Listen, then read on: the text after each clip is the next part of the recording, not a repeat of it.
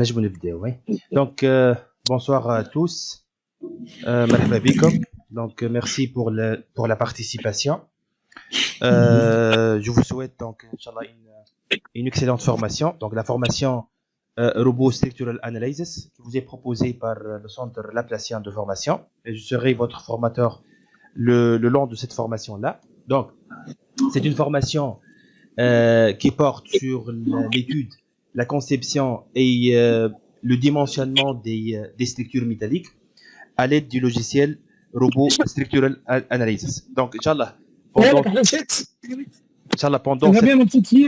pendant cette formation-là, Inch'Allah, nous allons travailler sur différents types de projets afin d'accueillir donc les différentes démarches et méthodologies pour modéliser, analyser et dimensionner les différents types des structures métalliques à l'aide du logiciel Robot Structural Analysis. Donc, on va utiliser le robot qui est un logiciel très utilisé dans le domaine du génie civil, quel que soit pour l'étude, la conception des projets en béton armé, ou bien sûr pour les structures métalliques.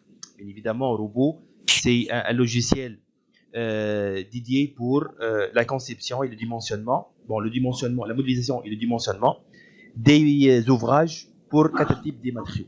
Pour les structures en bois, les structures en aluminium, telles que les tentes en aluminium, les structures en acier, bien évidemment, et bien sûr, les structures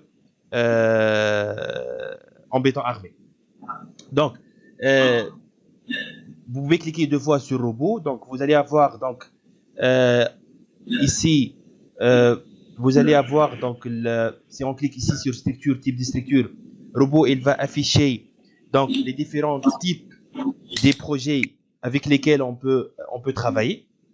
Donc, là, vous pouvez remarquer que dans les deux premières fenêtres, ici, vous pouvez utiliser ces interfaces-là de travail pour modéliser et pour dimensionner les bâtiments en béton armé. Donc, les deux premières fenêtres dédiées pour la conception des bâtiments en béton armé. Pour les structures métalliques, vous pouvez travailler ici dans l'étude d'un portique spatial dédié pour la modélisation en 3D des bâtiments en charpente métallique. Okay? Spécialement, bien sûr, les projets les plus rencontrés sont les bâtiments industriels en charpente métallique. Bien sûr, ou bien on peut réaliser une modélisation en 3D, comme aussi on peut réaliser une modélisation en 2D. On va parler bien sûr de la différence entre les deux, bien évidemment ici en se basant sur les degrés de liberté et les options disponibles dans chaque interface de travail, et essentiellement quand on a besoin uniquement de modéliser la structure en 3D, et en 2D plutôt, et quand on doit réaliser une modélisation en 3D. Il reste toujours, bien sûr, la modélisation en 2D, c'est beaucoup plus simple que le 3D, mais on va travailler sur les deux. Pour nous, dans notre formation, on va modéliser une structure en 2D et on va générer aussi le modèle en 3D. L'étude d'une coque, c'est l'interface de travail le plus général dans lequel on peut modéliser n'importe quel type de structure, quelle que soit, si elle s'agit bien d'une structure, c'est-à-dire complexe du point de vue géométrique, ou elle kiff si elle s'agit bien d'une structure composée de plus qu'un matériau. Ok. Ici, donc, si bien sûr vous avez une structure triée, on parle ici des structures triées, spatiales ou bien structures triées plan, on peut bien sûr travailler dans ces interfaces-là de travail. Donc, robot, elle va vous permettre de choisir une interface de travail dans laquelle vous pouvez travailler. Bien sûr, vous allez voir après, lorsqu'on va dimensionner une structure, je vais parler des différents points, essentiellement des conditions limites mécaniques. Mais là, la question qui se pose, puisque dans l'étude d'une coque, je peux modéliser n'importe quel type de structure, pourquoi je vais utiliser les autres? Dans l'étude d'une coque, je peux modéliser les charpentes métalliques, je peux modéliser les pylônes, je peux modéliser les structures en tôle, je peux modéliser les bâtiments en béton armé, mais pourquoi c'est facile d'utiliser par exemple conception d'un bâtiment en béton armé lorsque je vais étudier un bâtiment, parce qu'il y a des hypothèses prises par défaut dans votre modèle lorsque vous allez étudier ce type-là des ouvrages. Donc, la fenêtre est dédiée pour un type de projet. La modélisation, elle est beaucoup plus simple que d'utiliser étude d'Hincock, parce que étude d'Hincock, c'est tellement général. Donc, il y a des hypothèses, il y a des conditions qu'on doit ajouter sur les éléments de la structure afin de bien modéliser votre structure qui existent par défaut lorsqu'on va utiliser un type spécifique. Puisqu'on va parler dans notre formation sur les structures en charpente métallique, les structures métalliques, bien sûr, on va travailler ou bien dans l'étude d'un portique plan, l'étude d'un portique spatial, on peut utiliser aussi l'étude d'Hincock. Si on va modéliser une structure triée, telle que les pylônes, les poteaux d'électricité, voilà, les poteaux d'éclairage pour les terrains de foot, ou les charpentes métalliques avec des structures, des fermes triées, on peut travailler ici, mais reste ces deux fenêtres-là, étude d'un trié plan et étude d'un trié spatial dédié uniquement pour les poutres triées, pour les éléments triés, un seul élément qui est trié en 2D ou elle est triée en 3D. Donc là, on peut étudier tout simplement une poutre triée en plan, telle que les fermes triées des bâtiments industriels. Ou elle ici, on peut étudier une structure triée en 3D. Kiff, comme j'ai dit et comme j'ai indiqué, on peut modéliser une poutre triée dans l'étude d'une coque. Donc c'est toujours cette interface-là, elle est très très générale. Et il y a plusieurs ingénieurs qui utilisent toujours cette interface-là pour la modélisation de n'importe quel type de projet. Bien sûr, une interface ou un autre type de projet qui est très très intéressant, ou l'étude d'une plaque. Vous savez que dans le domaine du génie civil, il y a des éléments sous forme d'une plaque. Une plaque dans l'RDM, c'est un élément dont l'épaisseur est faible par rapport aux autres dimensions, telles que par exemple les radiers générales, les dalles pleines, les tabliers d'un pan à poutre, tabliers d'un pan dalle. Donc, là, on peut utiliser par exemple cette interface-là de travail pour modéliser par exemple le tablier d'un pan dalle. Donc, généralement, les différentes interfaces du travail, on peut les utiliser si on va étudier un ouvrage dans le domaine de génie civil. Par exemple, si je vais parler d'autres types de projets, par exemple, si je vais parler des ouvrages hydrauliques, par exemple les dallos, les réservoirs, les piscines, dans ce cas-là, on est obligé de travailler directement dans l'étude d'une coque. Pratiquement, c'est la seule interface qui nous permet de modéliser ces types-là de projets. Donc, le logiciel robot, c'est un logiciel très très performant. Très performant parce que à travers robot, on peut modéliser, je dis bien, n'importe quel type de structure dans le domaine du génie civil, quel que soit dans le domaine des bâtiments en béton armé, en charpente métallique, en charpente en bois, ou bien dans le domaine des ouvrages spéciaux, des ouvrages d'art. Et donc, c'est un logiciel qui est très utilisé par les bureaux d'études, bien évidemment. Et un point qui est l'avantage ici, c'est que les interfaces de travail sont très proches et sont très similaires. Donc, si on va maîtriser, par exemple, de modéliser et d'étudier une structure métallique, donc si on va changer un peu le thème, on va pratiquement utiliser les mêmes commandes, sauf que pour les éléments plaques, tels que les réservoirs, les silos, les piscines, les dallos, les dalles, les pans.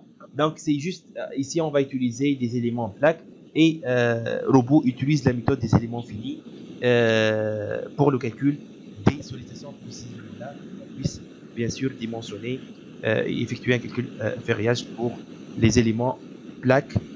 On parle ici des éléments en béton.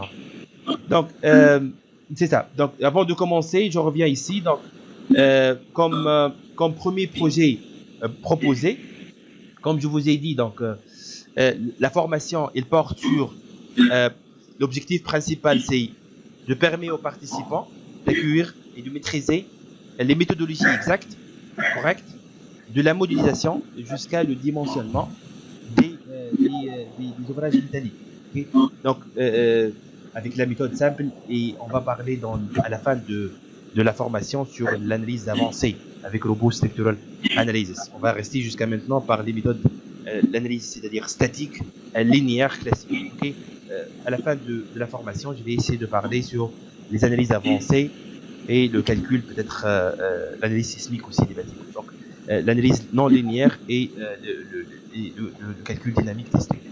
Mais la majorité de cette formation-là, elle porte sur le calcul, l'analyse statique et linéaire à travers l'étude des projets, bon, plus ou moins simples mais classiques. C'est pas simple mais classique, tels que les bâtiments industriels ou bien le hangar industriel en charpente. Donc, je vais proposer un exemple d'une charpente métallique. J'ai ici les plans d'exécution.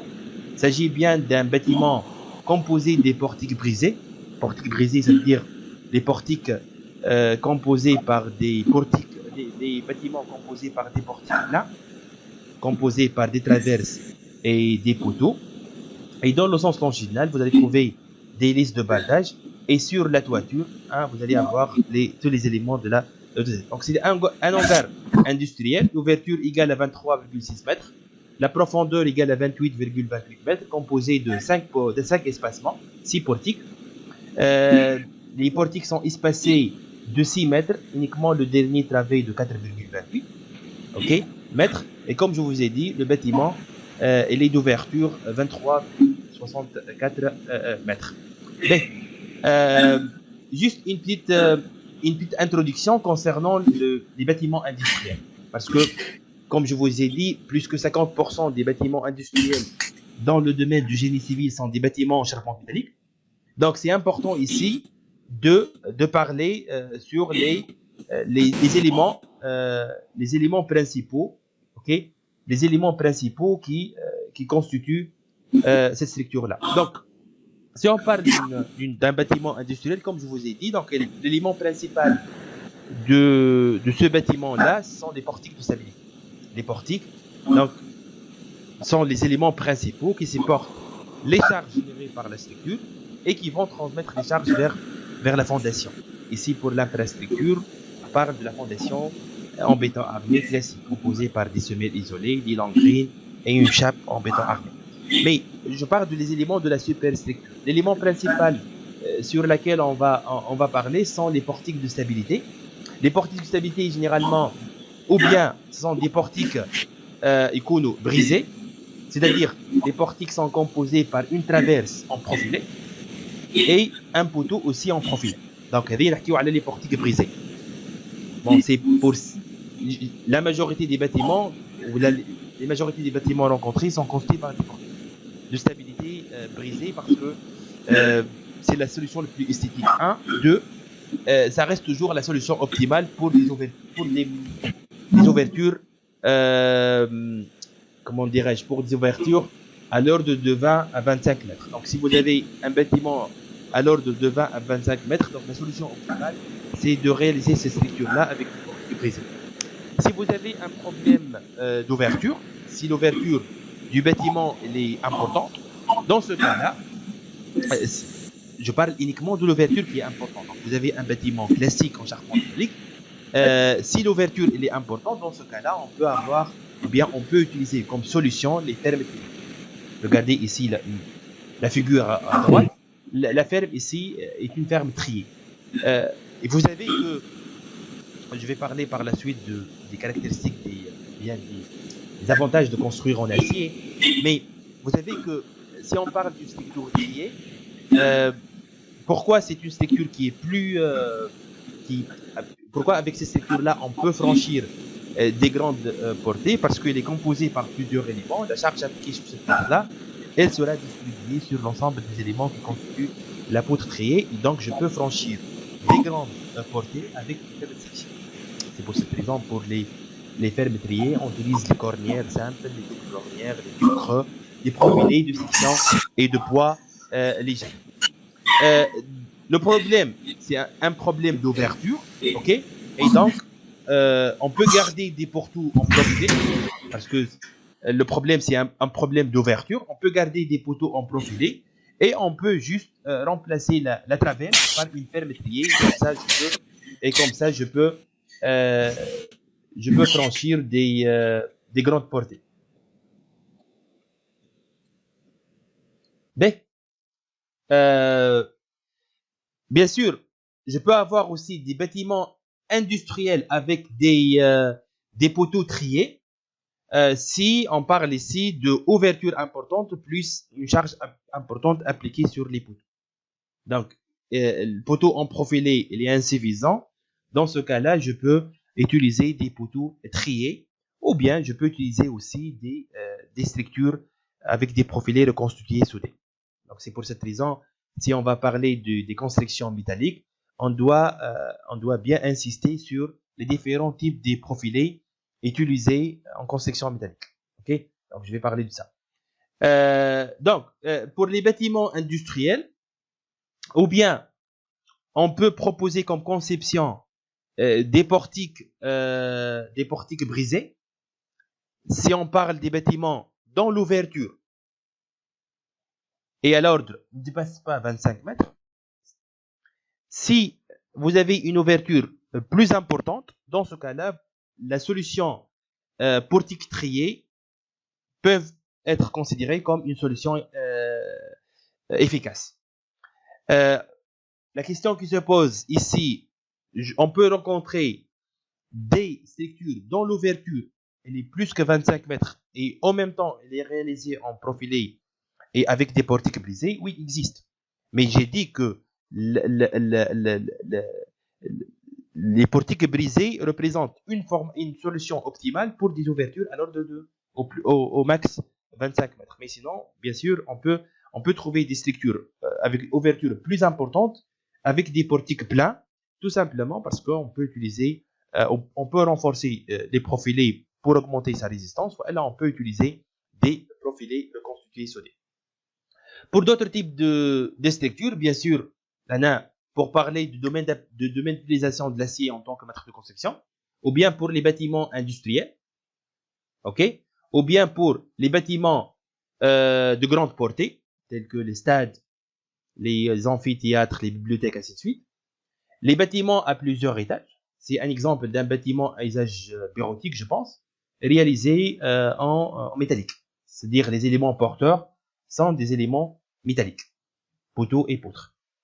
Les pans et les passerelles, on parle peut-être des structures triées, puisque comme je vous ai dit, la portée elle est importante. Les pylônes, les tours, sont aussi des structures dont l'acier représente l'élément principal qui constitue cette structure-là. Les constructions métalliques en tôle, telles que les réservoirs en acier galvanisé avec des tôles métalliques ondulées. Bien sûr, on peut parler aussi des mécanismes mobiles ou des plateformes pétrolières. Donc, toutes ces constructions-là, ou tous ces types-là des constructions, l'acier est le matériau de construction. Pourquoi? Parce que tout simplement, l'acier, c'est un matériau qui est caractérisé par une très bonne résistance à la compression et à la traction. Donc, puisque c'est un matériau qui est caractérisé par une bonne résistance à la traction et à la compression, donc je peux utiliser ce matériau-là pour franchir du grande portée et aussi avec des faibles sections.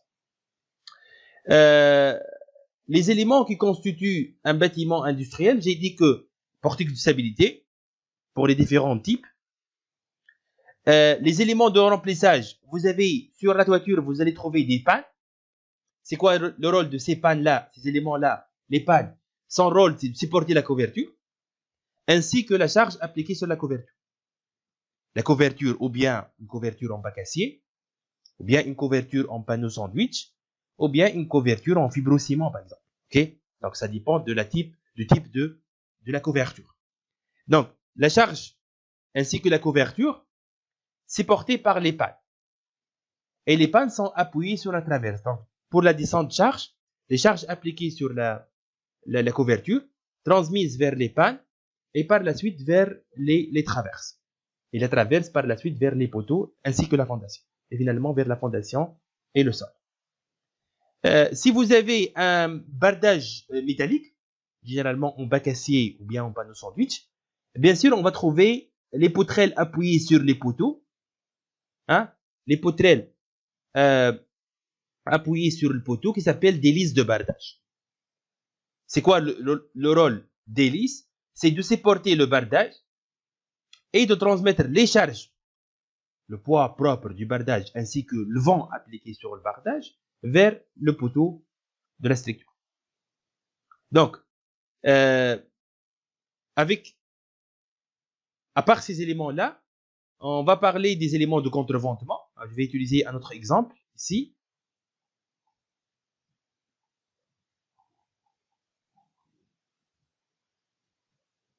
Ok, regardez ici. Donc, bon, les pannes bleues, elles s'appellent des pannes intermédiaires. Les pannes fêtières et la panne sablière. Donc, les pannes, généralement, comme profilé choisi pour les pannes, ou bien on utilise les profilés en I, ou bien on utilise les profilés laminés à froid. Bon, je n'ai pas encore parlé des types de profilés, mais je vais expliquer ça. Donc, pour les pannes, on utilise ou bien des profilés en I, ou bien des profilés laminés à froid, des profilés minces, dites minces. Pour les listes de bardage, c'est le même rôle que le pan, les mêmes types aussi des sollicitations, mais son rôle, c'est uniquement de supporter le bardage métallique. Dans le cas où le bardage il est métallique, comme cet exemple-là. Donc, si vous avez un bâtiment industriel avec un bardage métallique, dans ce cas-là, on doit utiliser des listes de bardage. C'est l'intermédiaire entre le bardage et les poteaux. Pour les bâtiments industriels avec des murs en maçonnerie, dans ce cas-là, la maçonnerie il est directement attachée au poteau. Donc, les listes n'existent pas dans ce cas-là. Ils existent comme éléments secondaires ou les éléments de remplissage, vous avez uniquement les pannes. La couverture, 100% des projets, la couverture est métallique.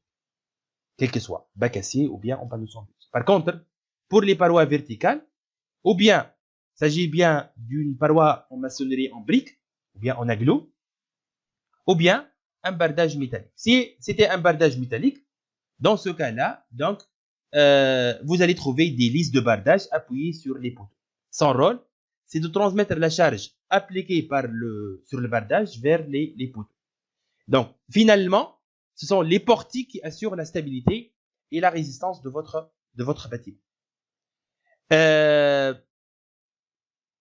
Des éléments aussi qui existent toujours et qui sont très très importants dans des ouvrages métalliques, comme les éléments de contreventement, les croix. Okay? Les éléments de contreventement, il y a deux familles. La première famille, les poutres au vent, installées sur la toiture, et les croix cendrées qui relient les poteaux. C'est quoi le rôle de ces éléments-là?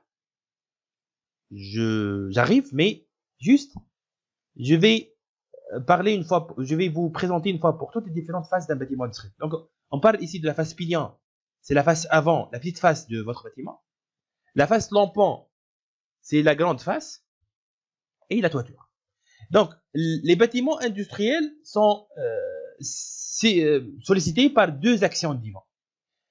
Une action qui s'applique sur la face lampant, on l'appelle le vent transversal, quand son effet sur la toiture transversalement, et le vent qui frappe la face pignon, c'est un vent longitudinal. Donc, la structure, ou bien un bâtiment industriel, elle est soumise à deux actions du vent. Un vent qui frappe la face lampant et un vent qui frappe la face pignon. Pourquoi j'ai commencé par cette définition-là avant de parler sur le rôle des éléments de contreventement? Parce que il y a plusieurs ingénieurs qui ne savent pas que ces éléments-là, c'est quoi son rôle principal? C'est de stabiliser le bâtiment vis-à-vis l'action des vents qui frappent la face pignon uniquement. Donc, les éléments de contreventement, c'est vrai que son rôle, c'est de stabiliser le bâtiment vis-à-vis l'action du vent, mais quel vent? C'est le vent qui frappe la face pignon uniquement.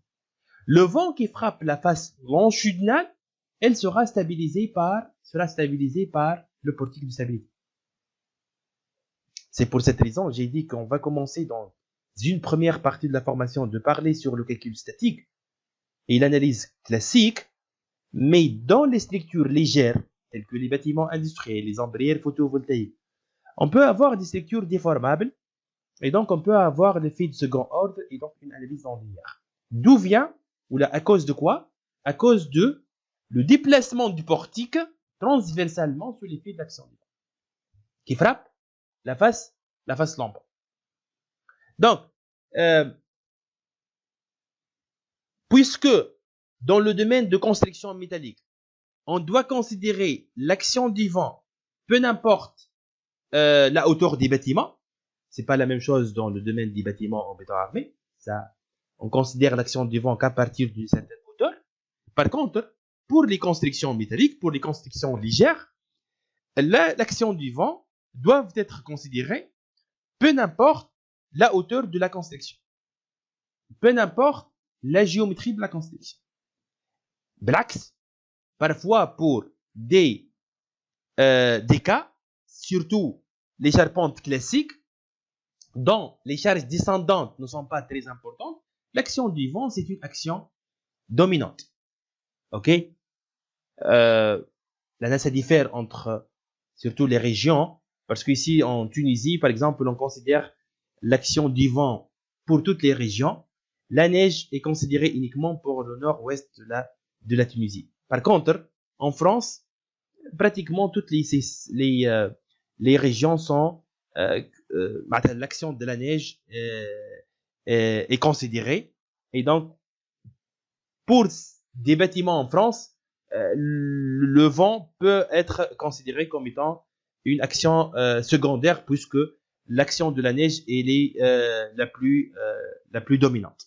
Mais en Tunisie, généralement pour les bâtiments industriels, on va dimensionner les différents éléments de la structure par rapport à la combinaison de charges qui contient l'action du vent, parce que comme je vous ai dit, puisque la structure elle est légère, la toiture elle est en bac acier, la couverture elle est en bac acier, les bardages bac acier, donc la charge dominante c'est l'action du vent. Donc c'est pour cette raison il faut faire attention. Il faut faire attention lorsqu'on va générer l'action du vent. 1, 2, il faut faire attention au niveau de la conception pour proposer un système de contreventement qui peut assurer la stabilité du bâtiment. Donc, c'est important ici de signaler que le vent, les éléments en verre fluorescent sont les éléments de contreventement qui sont soumis à un effort axial. Ils vont supporter l'action du vent et ils vont transmettre l'action du vent vers le dos de la fondation pour stabiliser le bâtiment. Son rôle, c'est de stabiliser le bâtiment vis-à-vis de l'action du vent qui frappe la face pignon. Pour le vent qui frappe la face lampant, dans ce cas-là, le portique de stabilité, c'est qui va stabiliser le bâtiment vis-à-vis de l'action du vent. Si elle est insuffisante, on va utiliser, par exemple, on va contreventer le bâtiment dans ce sens-là. Ok? Si le portique il est insuffisant, ou bien si on ne peut pas utiliser des grands profilés. Mais à part ces éléments-là, on doit aussi parler de les potelets. Les potelets qui sont ces éléments-là. On ne peut pas dire ce sont des poteaux. Bon, là, les ingénieurs, ils ont mis des poteaux pignons, mais ce sont des potelets. Les potelets, c'est quoi son rôle? Ces potelets-là, d'abord, ils se trouvent uniquement sur la face pignon, avant et arrière. Ils n'existent pas à l'intérieur du bâtiment.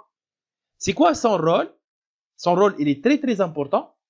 Son rôle, c'est de supporter l'action du vent qui frappe la face pignon et de transmettre les charges vers les poutres au vent, par la suite vers les croix centrées jusqu'à le nœud de la fondation.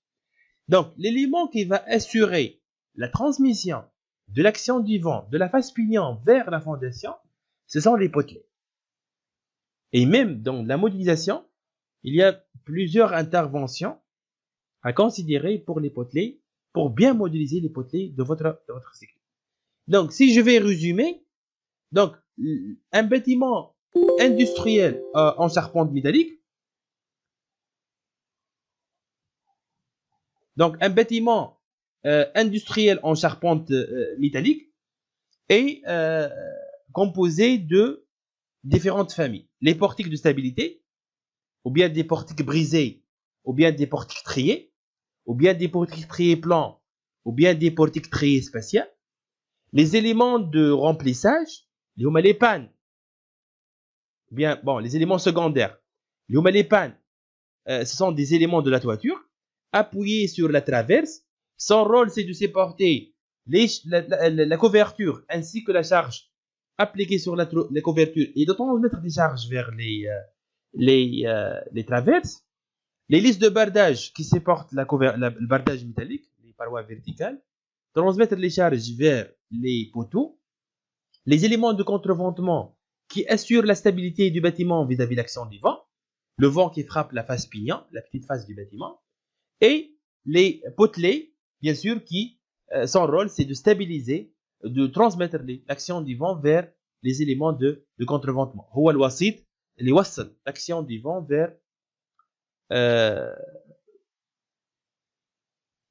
vers les éléments de contreventement.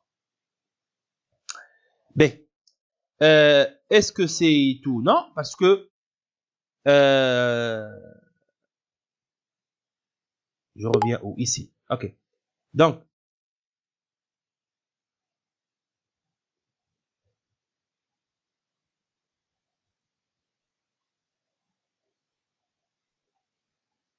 ok.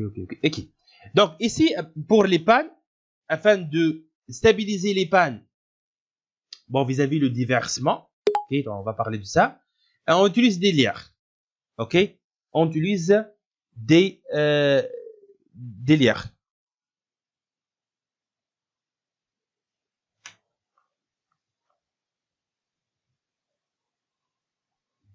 Les lières sont des barres qui sont soumis à la traction. Son rôle, c'est de stabiliser le vent. Donc là, peut-être je peux utiliser ça. Regardez ici.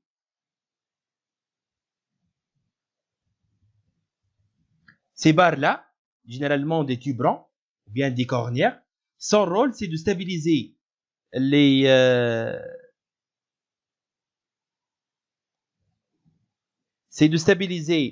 pannes vis-à-vis le déversement et pour éliminer la flèche de la panne par rapport à l'axe de Y. Mais avant de parler de ça, donc bien sûr, juste pour parler des éléments qui constituent un ouvrage métallique, ou bien un bâtiment industriel en charpente métallique, pour qu'on puisse commencer la modélisation. Et je vais bien présenter et je vais essayer de bien parler des différentes, bien sûr, démarches qui nous permettent de bien modéliser, quel que soit en 2D, bien sûr, ou bien en 3D, notre structure. Ben,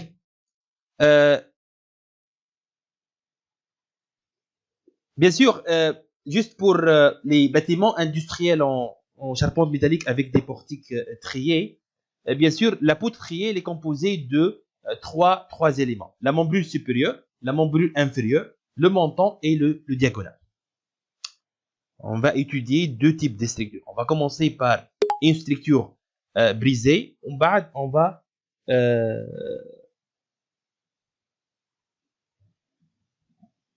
va proposer un autre projet pour une structure triée.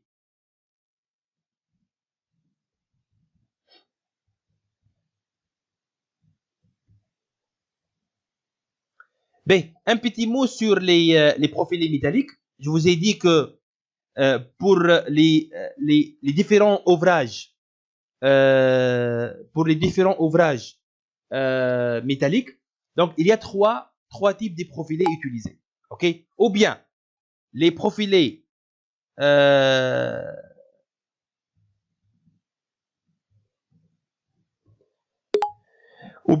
laminés à chaud, donc les hum les plus utilisés, tels que les profilés en I, et puis E, et puis N, et puis EA, ainsi de suite. Les profilés en U, UAP, UPE, UPN, ou bien les familles H, et ainsi de suite. Donc, tous ces éléments-là, tous ces types-là des profilés, ils s'appellent des profilés laminés à chaud. Donc, il y a les profilés qui existent qui existent dans le marché. Donc, là, on utilise des matières premières, bram, burette ou la blue. On va faire passer, après passage bien sûr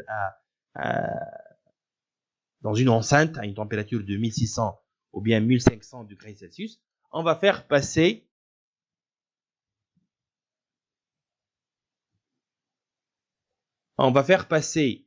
ces éléments-là à un trait de laminage pour avoir les différents types de profilés. Donc ici, on parle des profilés laminés à chaud et bien sûr, les catalogues de profilés existent et vous allez avoir ici toutes les caractéristiques géométriques nécessaires pour bien sûr pour déterminer donc toutes les caractéristiques géométriques existent dans les catalogues de profilés. Kif dans robot, vous pouvez cliquer sur outils, outils, base de profilés. Vous allez avoir ici donc les catalogues des différentes familles et toutes ces familles là sont des profilés laminés à froid.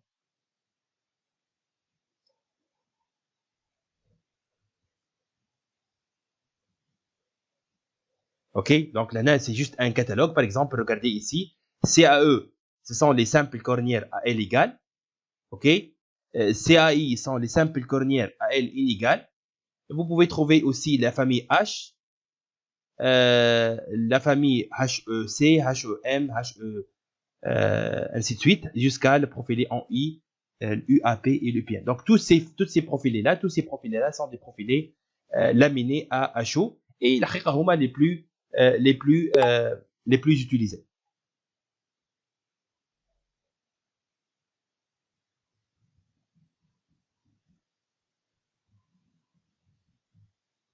Mais,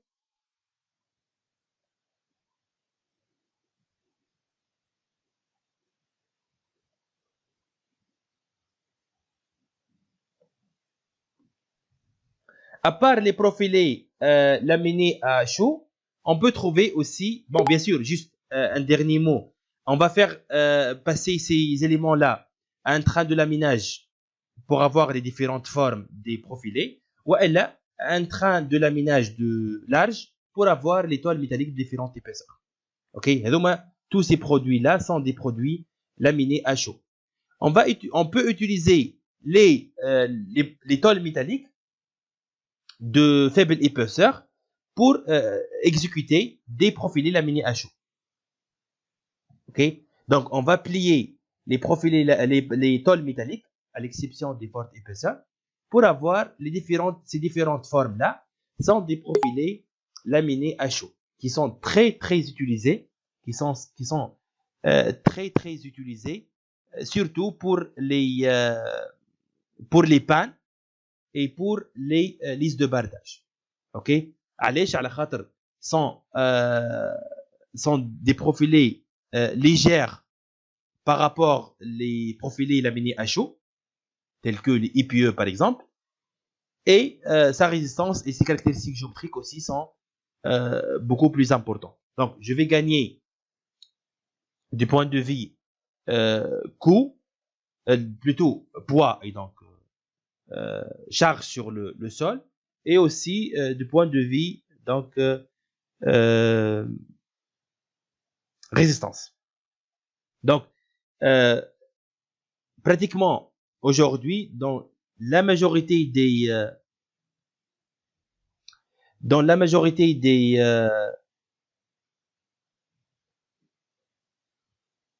bâtiments industriels, ils utilisent beaucoup les profilés laminés à chaud pour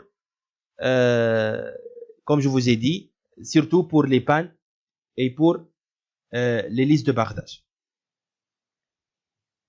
Bien sûr, pour les portiques et pour les éléments principaux, on utilise ou bien les profilés laminés à chaud, ou bien on utilise les profilés reconstitués soudés. Ok, bien sûr, par exemple, si je prends l'exemple de la famille IPE, la grande section c'est un IPE 600. Donc la hauteur maximale égale à 600 mm. Pour la famille H, la hauteur maximale égale à 1 mètre, 1000 millimètres. Donc, si vous avez, par exemple, un bâtiment de grande portée et le maître d'ouvrage il va imposer d'utiliser les portiques brisés, pas utiliser les portiques triés, vu que, par exemple, il cherche une hauteur sous plafond importante. Donc, c'est quoi la solution? La solution, c'est d'utiliser des profilés reconstitués et soudés. Et on doit faire un calcul préliminaire pour déterminer les sections. Et on va utiliser des tôles métalliques soudées pour préparer, voilà, pour exécuter ces éléments-là. Donc, en construction métallique, ou bien on utilise des profilés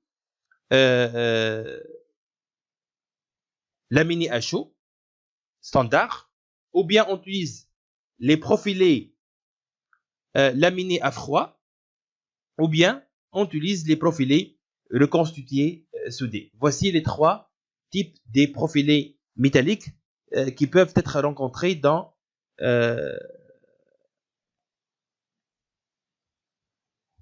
les constructions métalliques.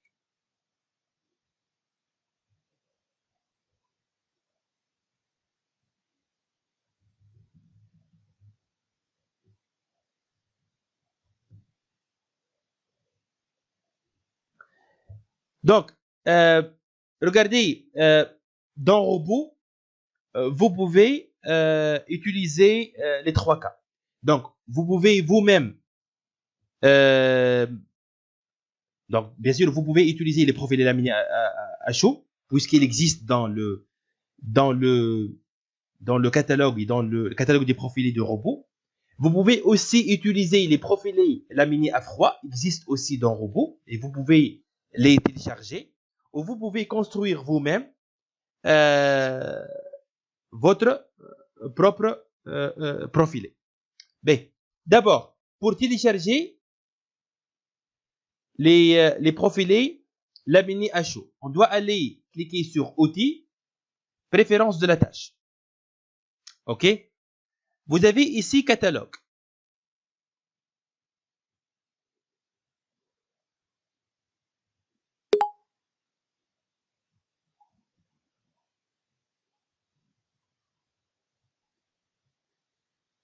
بالله سامحوني juste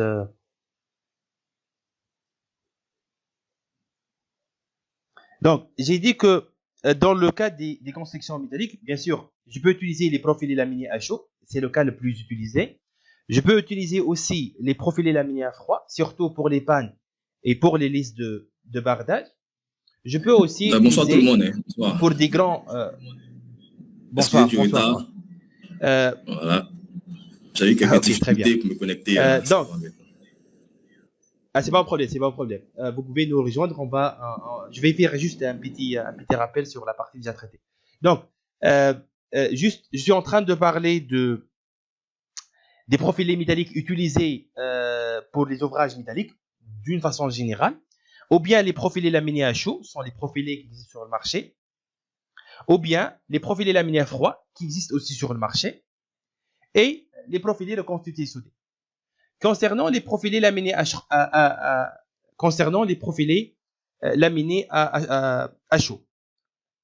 toutes les familles existent dans Robot. Donc, vous pouvez télécharger et vous pouvez utiliser n'importe quelle famille pour n'importe quelle section.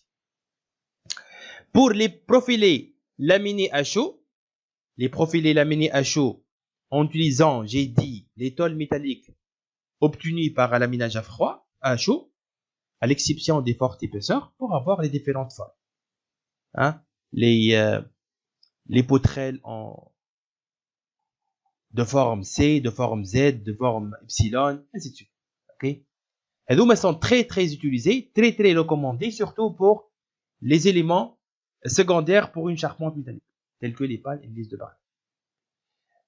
Pour avoir téléchargé ces sections-là, bien si le catalogue de ces profilés-là, il faut cliquer sur Outils, Préférences de la tâche, ici sur la barre de menu, ou bien la barre d'outils principale qui existe ici dans Robot.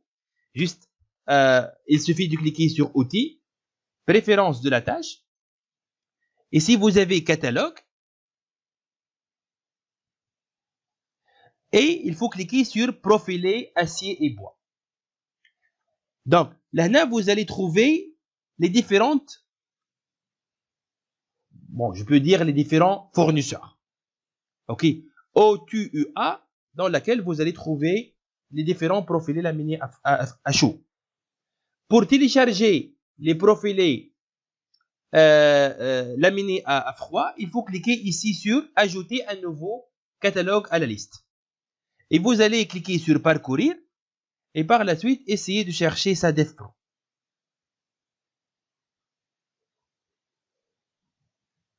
Donc, ce catalogue-là, cette bibliothèque-là contient les profilés métalliques. Bon, il ne contient pas toutes les formes, toutes les sections, mais il contient les sections standards des profilés laminés à chaud. Cliquez sur ouvrir. OK. Vous allez remarquer que cette liste-là s'ajoute ici. Donc, puisque, ou bien, lorsque vous allez ajouter le catalogue à cette liste-là, donc vous pouvez utiliser par la suite ces profilés-là dans votre modèle. Kiff kiff. Regardez ici. Lorsque je clique sur outils, base de profilés, donc Robot, elle va vous donner ici l'accès à utiliser les différentes familles des profilés laminés à chaud. Pour télécharger ou bien pour afficher les caractéristiques géométriques des profilés laminés à froid, cliquez ici sur ouvrir catalogue. Cherchez ici SADEF Pro. Ouvrir. Robot, elle va vous donner ici donc la liste des sections, des familles et qui existantes, bien sûr, dans Robot. Et vous pouvez ici, dans outils base de profilés, vous pouvez juste afficher les caractéristiques géométriques des différentes familles. L'air, l'inertie par rapport à X, par rapport à Y, par rapport à Z, l'air de cisaillement, le module de résistance à la flexion, la surface, la masse par mètre linéaire, ainsi de suite. Donc, vous allez avoir ici toutes les caractéristiques géométriques qui existent. Pour, bien sûr, juste C, C+, epsilon, epsilon modifié, U et Z. B. Donc, j'ai dit que les profilés laminés à chaud existent par défaut dans Robot. Les profilés laminés à froid, il suffit juste de télécharger SADEF Pro. B. Si, par exemple, regardez ici, pour le Z, par exemple, je prends un exemple, maintenant, le C+,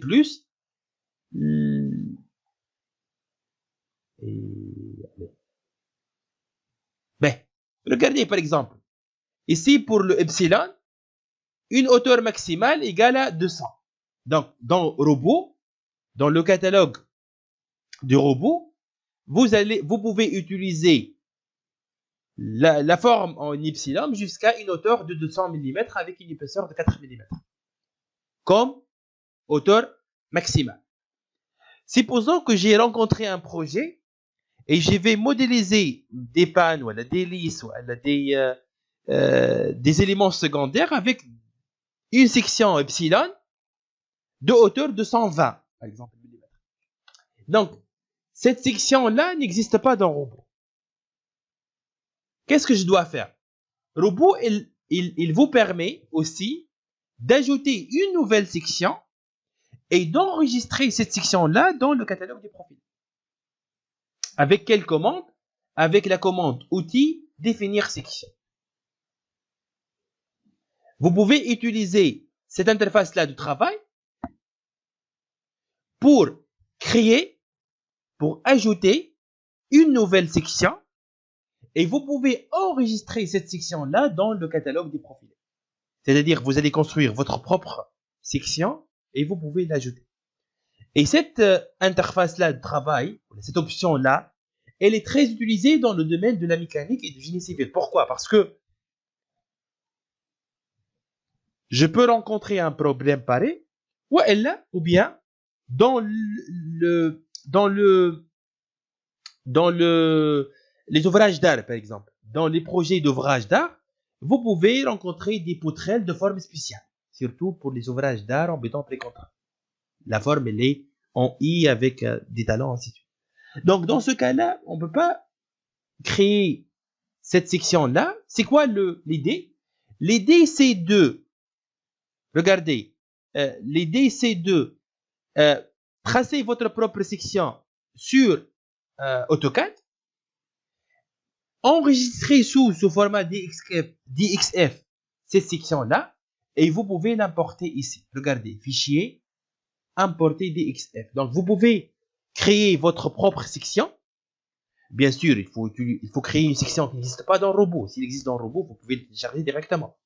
Ok, c'est juste les sections les sections qui n'existent pas dans les catalogues, ou bien si vous avez un profilé de constitué soudé, ou bien si vous avez une poutrelle, par exemple, en béton armé, ou bien en bois, de forme spéciale.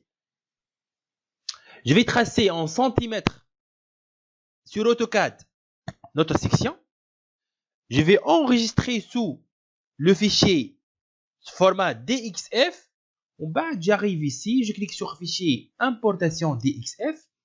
Je vais chercher une section déjà utilisée. Par exemple, regardez, pan sigma 230, épaisseur 1,5. Cette section-là n'existe pas dans le robot. OK? Donc, je clique 2 fois. Puis, OK. Robot, elle va importer cette section-là. Donc, là, bon, bien sûr, vous pouvez utiliser les commandes robot pour dessiner vous-même votre section. Mais bien sûr, la forme, pour cette forme-là, avec des rayons de courbure, ainsi de suite, c'est impossible de l'exécuter ici, dans cette interface-là, avec les commandes simples, rectangle et triangle, ainsi de suite, et cercle. De préférence, il faut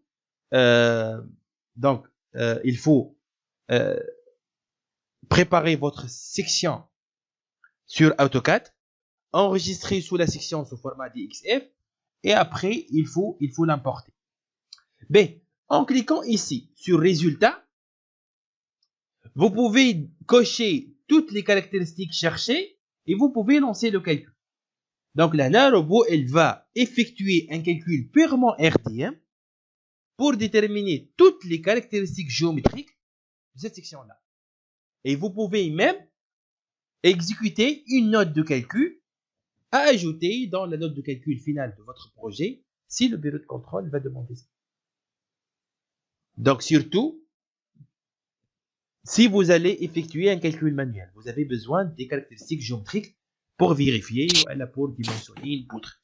Donc, comment on détermine ces sections-là? On modélise la section sur robot, dans Outils, définir section. Après, on lance le calcul. Robot, elle va déterminer toutes les caractéristiques géométriques nécessaires. On peut même afficher une note de calcul et je vais vous montrer comment on va enregistrer cette section-là dans le catalogue des profilés du robot. Donc, juste, je suis en train de parler des différentes, les différents problèmes rencontrés ou les différents cas rencontrés. Si on va utiliser ou bien on va modéliser, c'est ce qu'on va faire, une structure avec des profilés laminés à chaud. Donc, je peux utiliser directement robot parce que toutes les familles existent. Si vous êtes... Oui. Juste une petite remarque. Quand on dessine sur AutoCAD, on utilise l'échelle, l'unité millimètre, et après son robot aussi, avec le créateur de section, on utilise la même échelle. Parce que des fois, on se trompe, on fait millimètre et centimètre, et on a une section, on se retrouve avec une section qui passe à 2-3%. Et c'est bizarre, alors que des fois, elle ne passe pas.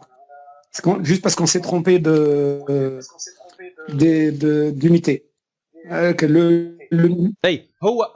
défaut, je vais vous montrer que par défaut, pour les dimensions, robot pour les dimensions de la structure, il considère le mètre. Pour les caractéristiques de la section, dimension et caractéristiques géométriques, il considère le centimètre par défaut. معناتها si on va parler de la hauteur, la largeur, l'épaisseur d'une section, l'inertie, la surface, le moment quadratique, ou bien le module de résistance à la friction, ainsi que toutes les caractéristiques géométriques, c'est en centimètres. Donc c'est pour cette raison j'ai dit on doit dessiner à l'échelle centimètre. Et vous avez par exemple une section en millimètres, vous pouvez changer ici l'unité en robot. Est-ce que c'est la question de ou la robot? Si Fatih. Oui, c'est exactement ça, c'est faire. انه واحد كي ما يثبتش مرات يحطوا en centimètres في الاوتوكاد ومليمتر في روبو ولا العكس، تولي تلقى السيكسيون تاعك قويه برشا تتعدى الوغ هي ما تعداش. فهمتني؟ Bien sûr, ou surtout qui te donne les gars en français s'il vous plaît, en français, parce que moi je comprends pas. Ah, ok, très bien. Je suis désolé. Donc en fait, comme je vous ai dit, robot, je vais vous montrer ça pour les dimensions, les unités, pour les longueurs, les hauteurs, les largeurs. Utilise le mètre par défaut. Pour les caractéristiques des sections, que ce soit en CM, en bois, en aluminium, bien en béton armé, et il utilise le centimètre par défaut, quel que soit pour la hauteur, pour la largeur, pour la surface, pour les inerties, le moment quadratique, les aires de cisaillement, ainsi de suite. Toutes les caractéristiques géométriques, c'est en centimètres. Donc, lorsque je vais préparer ma section sur AutoCAD, je vais dessiner la section en centimètres. Et je vais importer ma section ici. Je vais trouver des résultats logiques. Si j'ai effectué une erreur, dans le cas favorable, c'est-à-dire quoi? C'est-à-dire si je vais par exemple dessiner en millimètres la section et je vais importer ces sections-là. Donc là, je vais avoir une section beaucoup plus importante que la réalité. Mais lorsque je vais modéliser la structure et je vais afficher le croquis déprofilé, je vais remarquer qu'il y a quelque chose qui cloche. C'est que la hauteur de la section, elle est beaucoup plus importante. Par exemple, des pagnes, elle est beaucoup plus importante que les poteaux. Donc, je vais remarquer ça, c'est sûr. Mais pour éviter les erreurs, vous pouvez dessiner votre structure, votre section en centimètres. Si vous allez garder les unités par défaut dans Robot, je vais vous montrer comment on vérifie les unités. Donc, regardez ici, Robot, elle va résumer toutes les caractéristiques géométriques de cette section-là. C'est une section doublement symétrique, donc le centre de gravité se trouve au milieu, et il vous affiche le repère local de votre section. Si, par exemple, le bureau de contrôle va demander ici une note de calcul pour vérifier les caractéristiques géométriques de la section. Vous pouvez cliquer ici sur note de calcul.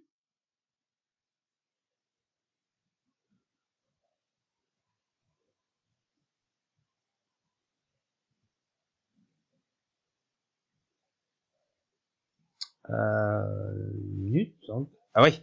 Donc, Robot, elle va afficher une analyse complète de la section. Là où il va présenter les coordonnées de différents points.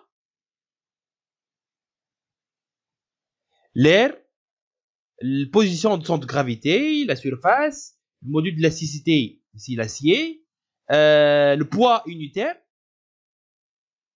ok, et les inerties. Donc, les bureaux de contrôle, généralement, ils demandent cette note de calcul-là, surtout si on parle d'une structure, d'une poutrelle, donc dans la géométrie, elle est spéciale. Donc, pourquoi j'ai utilisé cet exemple-là? Parce que, comme je vous ai dit, parce que je vous ai montré que dans Robot, pour l'epsilon, la section maximale, ou bien la hauteur maximale, elle est à 200 mm. Si vous avez une section dont la hauteur elle est plus importante, donc c'est pas une limitation d'un robot, on peut cliquer sur outils définir section. En robot, elle va changer l'interface de travail vers définition de la section. Vous pouvez créer votre propre section et vous pouvez lancer le calcul pour, bien sûr, afficher toutes les caractéristiques géométriques. Bon, vous pouvez enregistrer, bien sûr, cette fiche-là. Comment maintenant on peut ajouter cette section-là dans le catalogue des profilés? On clique ici. Enregistrer section dans un catalogue. Donc, jusqu'à cette étape-là, j'ai juste lancé le calcul, ok, et j'ai juste affiché les caractéristiques géométriques. J'ai pas encore enregistré ma section dans le catalogue des profilés du robot. Comment on va enregistrer, ou bien comment on peut enregistrer la section? On clique ici. Robot, elle va d'abord, il faut faire attention ici, regardez, catalogue, utilisateur, user, utilisateur. Donc, où il va enregistrer notre section dans utilisateur. Bien sûr, je vais parler de ça. Alors, on n'a pas encore commencé la modélisation.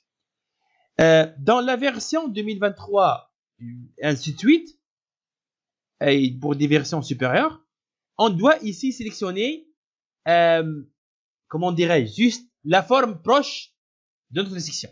Sinon, il n'accepte pas. Après, lorsque vous allez modéliser cette barre-là, il ne va pas considérer la section.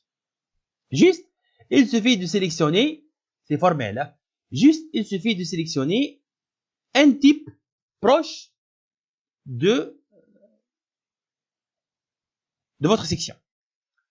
Vous pouvez ajouter ici non, epsilon par exemple, dimension hauteur 230, largeur, je dois vérifier 60 par exemple, et épaisseur, combien?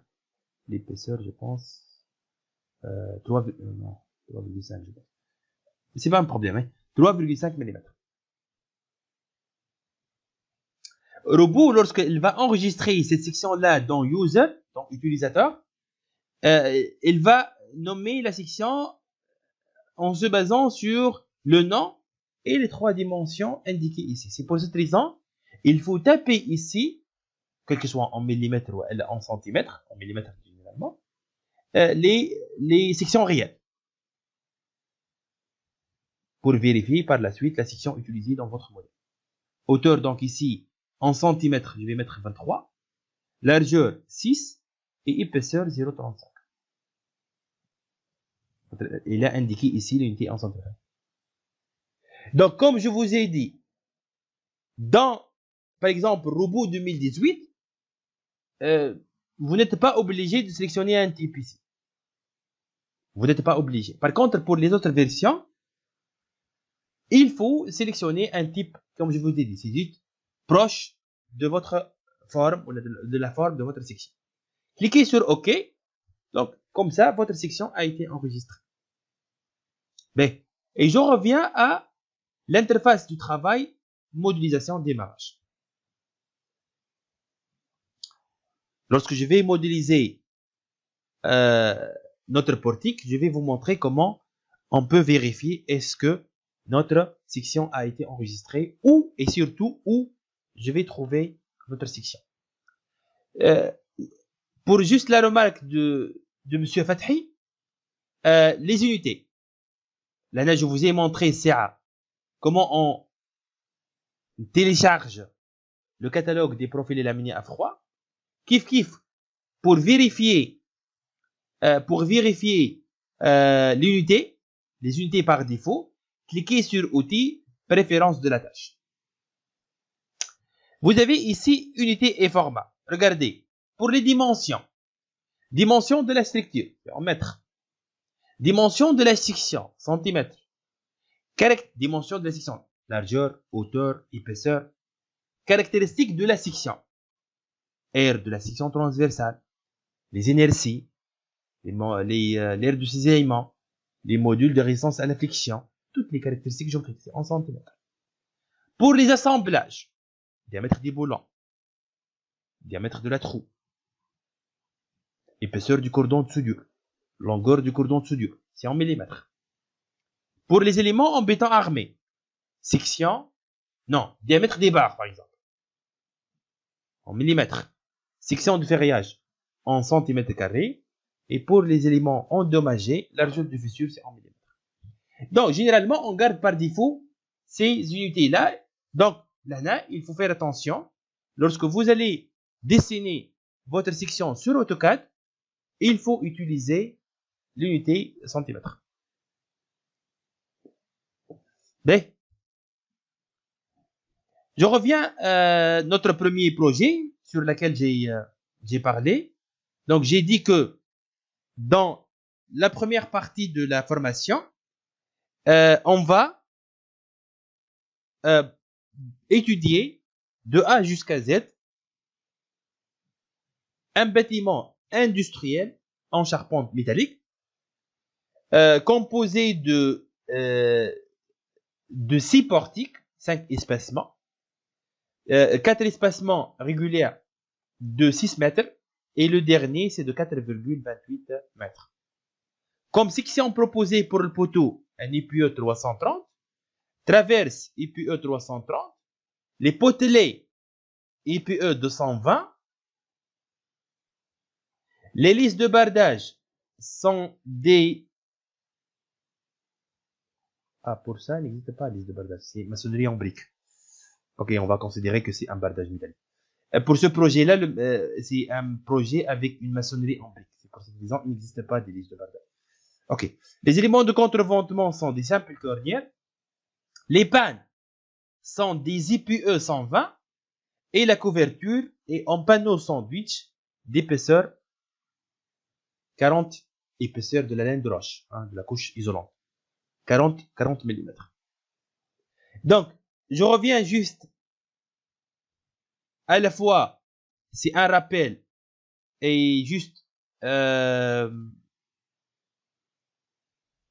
pour Monsieur Franck. Donc, je reviens au bâtiment industriel rapidement. Donc, j'ai dit que... Oui, c'est ça, c'est ici.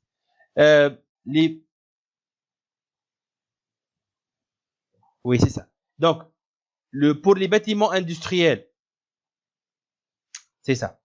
Donc, c'est un bâtiment avec un simple rez-de-chaussée de base rectangulaire composé de 3 faces. La face pignon, la petite face, la face lampant et la toiture. Ces bâtiments-là, généralement, sont constitués par... composés par une toiture, constituée par... pour ces bâtiments-là, vous allez trouver une toiture, généralement composée par 2 versants et généralement symétriques. Les versants, généralement, sont 2 versants symétriques. Ok? Donc, les éléments qui constituent, donc j'ai dit le portique de stabilité, les pannes qui sont appuyées sur la traverse, la ferme.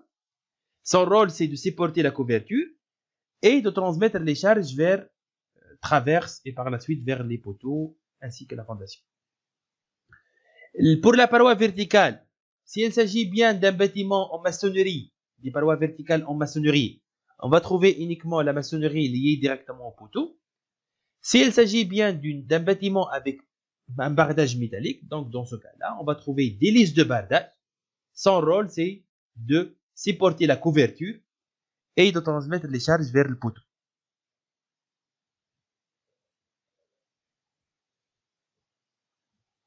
Les éléments de contreventement, les éléments en vert fluorescent, son rôle, j'insiste, son rôle, c'est de stabiliser le bâtiment, bien sûr, vis-à-vis l'action du vent. Quel vent? C'est le vent qui frappe la face pignon uniquement. Donc, le vent qui frappe la face pignon, transmis vers les éléments de contreventement, vers les poutres au vent dans une première étape, après vers les croix cendrées, et finalement vers la fondation. Et comme ça, on peut assurer la stabilité du bâtiment vis-à-vis de l'action du vent. Pour le vent qui sollicite la face lampant, il sera bien sûr stabilisé par les portiques de stabilité. Donc, les éléments qui supportent l'action du vent et qui transmettent les actions du vent vers les poutres au vent, et par la suite vers les éléments de contreventement, on va les potelets, circuler en rouge. Ces potelets-là sont des poteaux pignons qui se trouvent uniquement sur la face pignon avant et arrière. Son rôle, c'est d'acheminer la force du vent qui frappe la face pignon vers les éléments de contreventement. Ok? Et pour les bâtiments industriels, comme je vous ai dit, peu importe la hauteur de la construction, on doit toujours considérer l'action du vent. Et dans la majorité des cas, c'est une action dominante, surtout pour les structures classiques ou pour les fermes classiques. Mais, je reviens ici, j'ai dit que je vais cliquer sur structure, type de structure, et on va commencer par une modélisation en 2D. Donc, c'est pour cette raison, je vais cliquer sur étude d'un portique plan.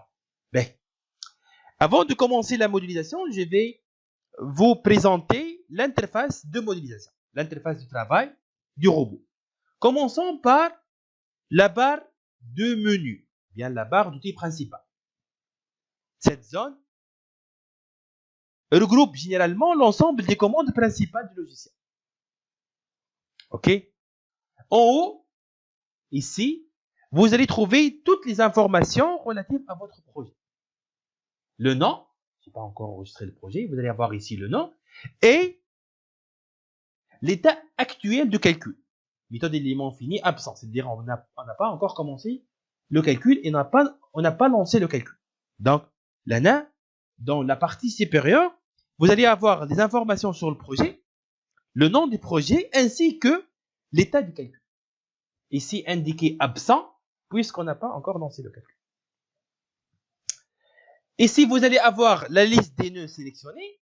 Ici, vous allez avoir la liste des barres sélectionnées. Là, ici, dans cette partie-là, vous allez avoir la liste des cas de charge appliqués sur votre structure. Désactivez maintenant parce qu'on n'a pas encore ni modélisé ni appliqué les charges sur notre construction.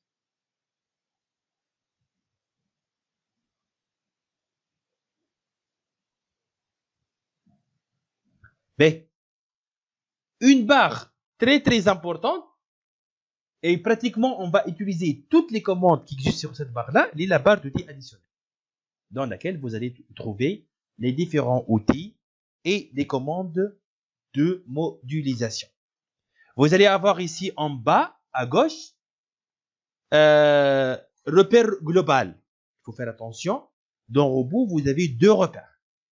Repère global pour la structure entière et vous allez avoir repère local pour chaque élément modélisé dans votre structure.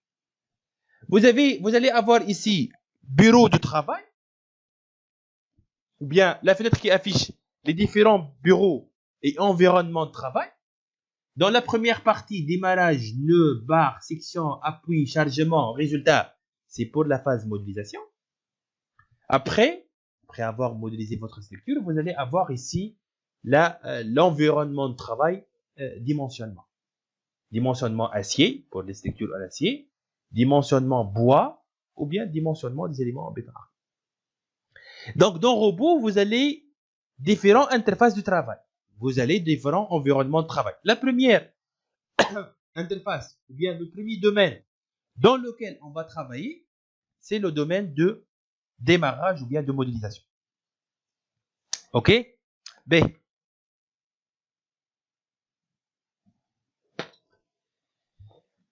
Donc, j'ai dit qu'on va commencer par la modélisation en 2D. Donc, je vais regarder uniquement notre modèle en 2D. Je vais regarder le portique en 2D. Donc, la hauteur du poteau, 6 mètres. La hauteur totale de la construction, 7,945.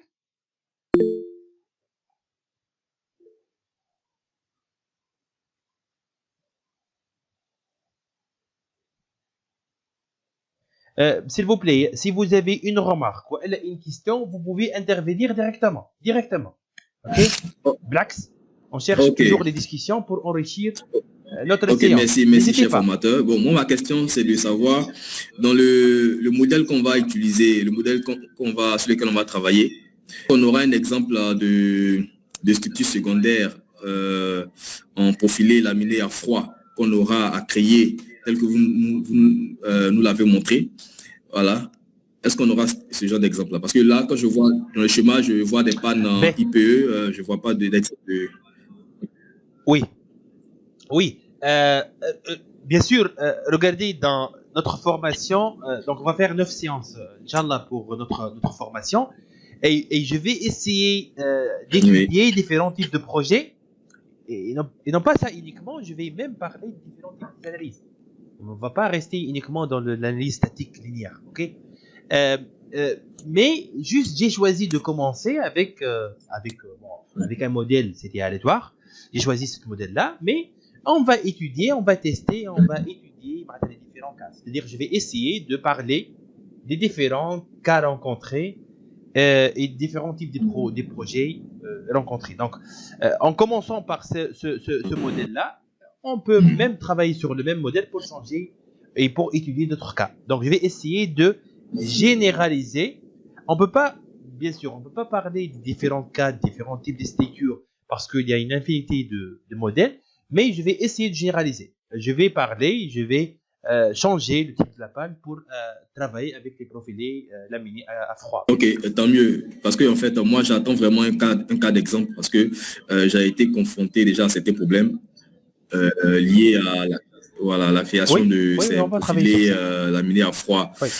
En fait, bon, l'un des soucis que j'ai souvent rencontré dans mes modèles de calcul, c'est que quand on arrive au stade de vérifier les différents profilés, pour des profilés qui ont été créés et puis importés comme ça dans le robot, parfois il y a un message d'erreur, c'est-à-dire le logiciel n'arrive pas en fait à faire les calculs pour ce genre de profilés-là. On laisse un petit message d'erreur. Voilà. Oui, je vais vous montrer, je vais vous montrer qu'est-ce qu'il faut faire à ce stade-là. Mais comme je vous ai dit, on va aller étape par étape, mais on va discuter ces points-là, ok? Mais donc, parce que même la partie modélisation, elle est importante. Vous allez regarder ça. Vous allez voir ça. Mais, donc, j'ai dit que je vais commencer par un 2D. Un 2D, c'est-à-dire je vais créer poteau, traverse et potelet uniquement. Lorsqu'on va générer le modèle en 3D, on va ajouter les pannes et les vis, ainsi de suite. Mais, donc, ici, les poteaux sont du PE 330, 6 mètres de hauteur. Le bâtiment, elle est de 7 mètres 945 de hauteur avec une pente de 12%. Et les poteaux pignons, vous avez ici 2 poteaux pignons. Ok? Donc, normalement, ici, si je vais faire les cotations, l'ouverture a été divisée en 3 espacements égaux de 7,88. Ok? C'est ça.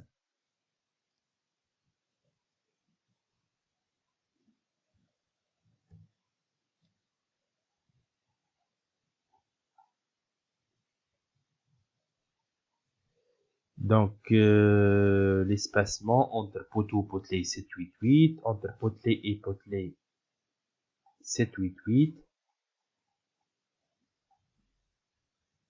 et entre poteau et potelet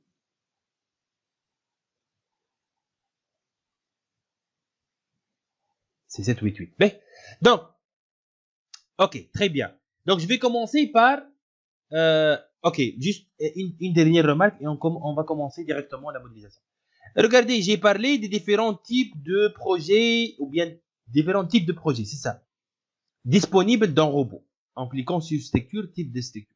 Regardez, la partie encadrée en rouge, c'est le domaine ou bien l'interface de travail dans lequel on est en train de travailler. Je peux changer, par exemple, étude et conception d'un bâtiment en bêta armée. Qu'est-ce que vous pouvez remarquer? Vous pouvez remarquer que pratiquement, robot, il va garder la même interface de travail.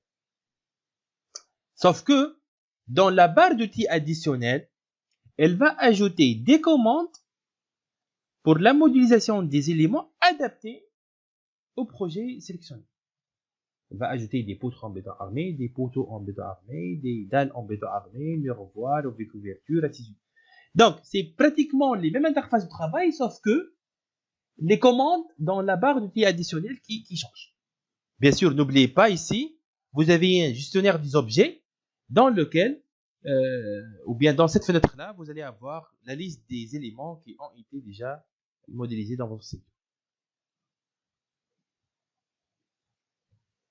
Ben, donc, je vais commencer par la modélisation 2D de notre structure et je vais commencer par la définition des axes. Je préfère toujours commencer notre modélisation par la définition des axes, des lignes de construction ou bien des axes qui nous permet d'identifier les intersections des différents éléments. Donc, puisqu'il s'agit bien d'une modélisation en 2D, vous allez avoir l'axe X et l'axe Z uniquement. Si c'était une modélisation en 3D, vous allez avoir X, Y et Z.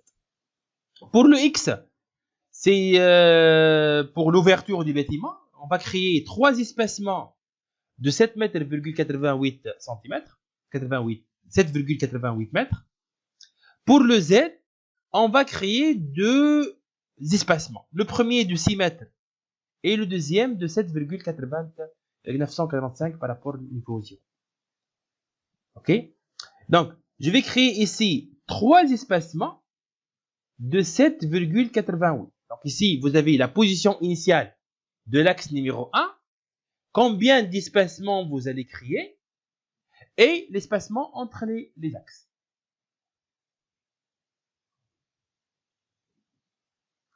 Pour ici, la libellée, vous pouvez choisir 1, 2, 3, A, B, C, ou bien je préfère toujours valeur.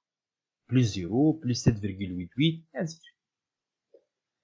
Pour chaque axe, on clique sur ajouter. Robot, elle va ajouter les différents axes qui ont été déjà signalés. Plus 0, plus 7,88, plus 15,76 et 23,64 qui représentent l'ouverture de votre bâtiment. Pour le Z, on ne peut pas créer les 2 axes à la fois. On va créer le premier espacement de 6 mètres pour spécifier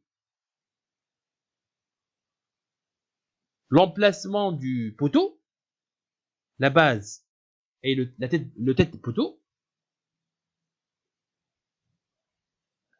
Et, ou bien je peux dire, regardez ici, robot, et lorsque je vais créer un espacement, il s'arrête au niveau de le dernier niveau, 6 mètres. Si je vais ajouter un autre axe, on va ajouter ça ou bien par rapport à la dernière position, ou bien je peux revenir à 0. Donc ici, la hauteur de votre bâtiment, elle est de 7,945. Donc je peux ajouter par rapport à 6 mètres un espacement de 1,945.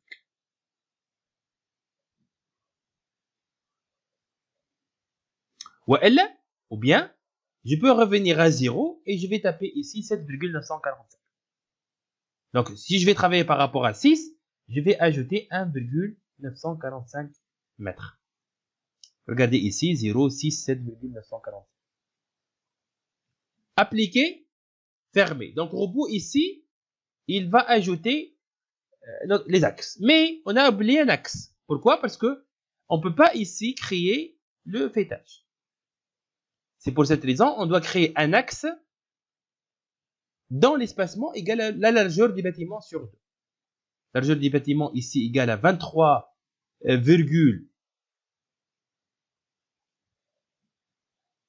je peux modifier à tout moment. Je peux ajouter, je peux supprimer des axes. Donc je reviens à x par rapport à 0. Je vais ajouter un espacement égal à b sur 2. B égale à 23,64 sur 2 égale à 11,82. Donc je vais ajouter, je vais garder toujours les valeurs et je vais ajouter un axe au niveau de 11,82 mètres. Appliquer, fermer. B. Donc, robot, regardez, dans gestionnaire des objets, j'ai rien ajouté parce qu'on a juste créé des lignes virtuelles. Ok? Juste pour positionner les différentes intersections qui représentent les limites de chaque barre. Bien sûr, pour dessiner, pour modéliser votre portique, on doit vérifier les modes d'accrochage. On clique sur Outils, mode d'accrochage. Vous pouvez remarquer ici que robot, elle va considérer l'intersection entre les lignes de construction. Donc, je n'ai pas besoin de créer des nœuds pour présenter, ou pour fixer l'origine et l'extrémité de chaque barre. Donc, je n'ai pas besoin de ça, puisque robot, elle va considérer l'intersection avec les lignes de construction. Donc, je peux passer directement et je peux utiliser la commande barre pour créer les poteaux, les traverses et les potelets. Et je vais commencer par les poteaux. Qu'est-ce que je vais faire ici? Ici, Dans section, je vais télécharger le IPE 330. Donc, je clique sur le 3 points. Robot ouvre la fenêtre dédiée pour sélectionner le profilé ou bien la section de la barre considérée. Puisque c'est un IPE 330, donc on va télécharger ça dans standard puisqu'il s'agit bien d'un profilé laminé à chaud. Donc je vais sélectionner ici IPE et il suffit de chercher ici la section IPE 330. En cliquant sur ajouter, Robot elle va ajouter cette section là dans la liste des sections existantes. هذه concernant toutes les familles pour les profilés reconstitués, plutôt les profilés laminés à chaud. Si vous avez par exemple un PRS classique, votre caisson, les sections en T, en U, les tubes, là vous pouvez définir vous-même, par exemple, là un profilé laminé, plutôt un profilé reconstitutionnel. Il suffit d'ajouter un nom et saisir ici ou la taper ici largeur, la hauteur, l'épaisseur, et ainsi de suite. Tous les paramètres géométriques sont indiqués ici. C'est pour cette raison j'ai dit que on va garder l'option outil définir section pour ou bien des profilés laminés à chaud dont la hauteur n'existe pas dans le catalogue SADEF du robot, ou bien si vous avez une section de forme comme je vous ai dit spéciale. Mais pour les profilés reconstitués soudés classiques de forme en I, en H, les poutres caissons, vous pouvez utiliser directement cette fenêtre-là. Vous n'avez pas besoin d'aller vers outil définir section. Kiff. Si vous avez une section variable, composée, ainsi de suite. Ok? Composée, c'est-à-dire un profilé composé des profilés laminés à chaud. Tels que les doubles cornières, ainsi de suite. B. J'ai enregistré, lorsque j'ai créé une nouvelle section, j'ai enregistré cette section-là dans le catalogue user, utilisateur. Comment je peux chercher ou bien je peux ajouter cette section-là et je vais l'ajouter pour qu'on puisse l'utiliser après lorsqu'on va changer la section pour les pas, ok? Donc, là, c'est bon? Ok. Donc, ici, pour les bases de profilés, au lieu de sélectionner OTUA, on va sélectionner user, ou bien utilisateur. Et je vais charger ici epsilon. C'est celui-là. Ajouter. Donc, robot, là, elle va ajouter la section qui a été déjà créée dans le module définir section. Donc, si vous avez créé une nouvelle section, il faut cliquer sur standard, base de profilé, il faut sélectionner plutôt utilisateur. En bas, il suffit de chercher le nom choisi lors de la définition de votre section. B. Je continue. Les potelets ici sont en quoi? IPE 220. Donc, je vais revenir à OTUA et je sélectionne IPE 220.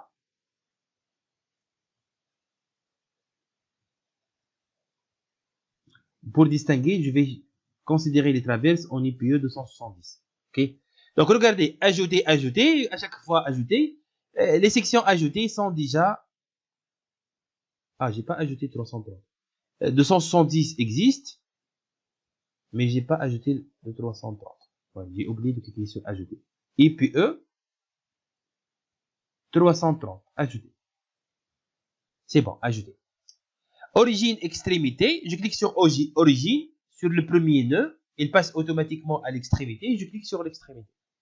Donc c'est bon, j'ai modélisé la structure, j'ai modélisé le poteau. Vous avez ici les commandes qui vous permettent d'afficher des caractéristiques concernant les éléments modélisés. Et vous pouvez remarquer ici que dans le gestionnaire des objets, une barre a été ajoutée et 2 nœuds ont été créés parce qu'on a modélisé une barre. Ok, une barre avec 2 nœuds. Pour afficher les numéros des nœuds, vous pouvez cliquer ici, numéro des nœuds. Vous pouvez aussi afficher le croquis des profils. Ok. Regardez, c'est une section en I. Okay. On peut afficher ici ou bien on peut cliquer ici sur 3D pour afficher le 3D. Donc c'est une section en I. On peut même, dans cette interface-là, afficher ici une couleur et le nom de profilé. En cliquant sur bouton droit, attribut. Bouton droit attribut, c'est pour afficher les caractéristiques des éléments modélisés, quel que soit barre, panneau, ainsi de suite, dalle, ainsi de suite. Dans barre, je vais cocher les genres par couleur. Appliquer, OK. Donc regardez le robot, ici, il va donner une couleur du IPE, il va indiquer s'il s'agit bien de l'IPE 330.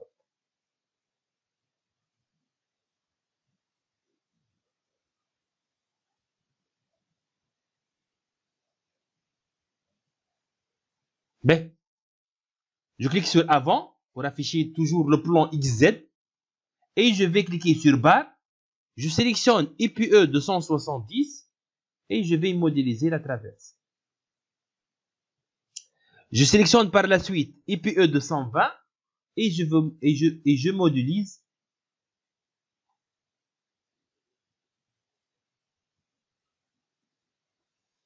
le potelet. Ok, mais pourquoi elle n'a pas indiqué ici le... Ok, c'est pas un problème. Je peux aller jusqu'à ici et je peux utiliser les commandes modification. Ok, je clique sur édition, coupure pour juste supprimer la partie supérieure du potelet. Édition, coupure. Sélectionner des objets définissant la coupure, c'est la traverse. Et objet à couper, je vais sélectionner la partie supérieure du potelet. B. Donc, jusqu'à maintenant, c'est simple, je pense. On a créé des barres pour modéliser le potelet, poteau et la traverse. Je peux regarder ici dans le détail de la fondation. Les poteaux ici sont des poteaux, c'est clair que ce sont des poteaux encastrés. Et pour les potelets, sans regarder le détail, les potelets sont toujours des profilés articulés en bas. Donc toujours, ce sont articulés. Les potelets sont toujours articulés. Les potelets considérés comme étant une poutre verticale. Ok, articulés en bas. Et je vais parler maintenant de la liaison entre traverse et potelet. Il y a ici, on va pratiquement terminer la séance avec le potelet. Je vais parler beaucoup sur le potelet parce que c'est important. Il y a des points sur lesquels il y a des points là où il faut faire attention lorsque vous allez modéliser les potelets pour un bâtiment. Oui, déjà moi j'ai une question concernant les potelets. Ok, je vais essayer d'expliquer tout. Si c'est clair, c'est bon. S'il y a une question, donc je suis là, bien sûr. Mais donc,